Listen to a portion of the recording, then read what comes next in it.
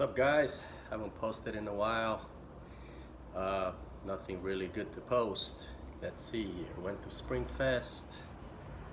Car was tuned perfectly for Vegas, but not for Cali. My tuner wasn't there. The better air in Cali was making the car boost about 2 pounds more than it is here in Vegas, and it did not like it. It was going in limp mode. Talking to high horsepower tuner out there, the stock injectors are probably maxed out. They're only 700 cc's. I should have upgraded the injector. Pretty much rookie mistake on my part. I thought the stock injector was going to be good enough, but it's not. So back to the drawing board.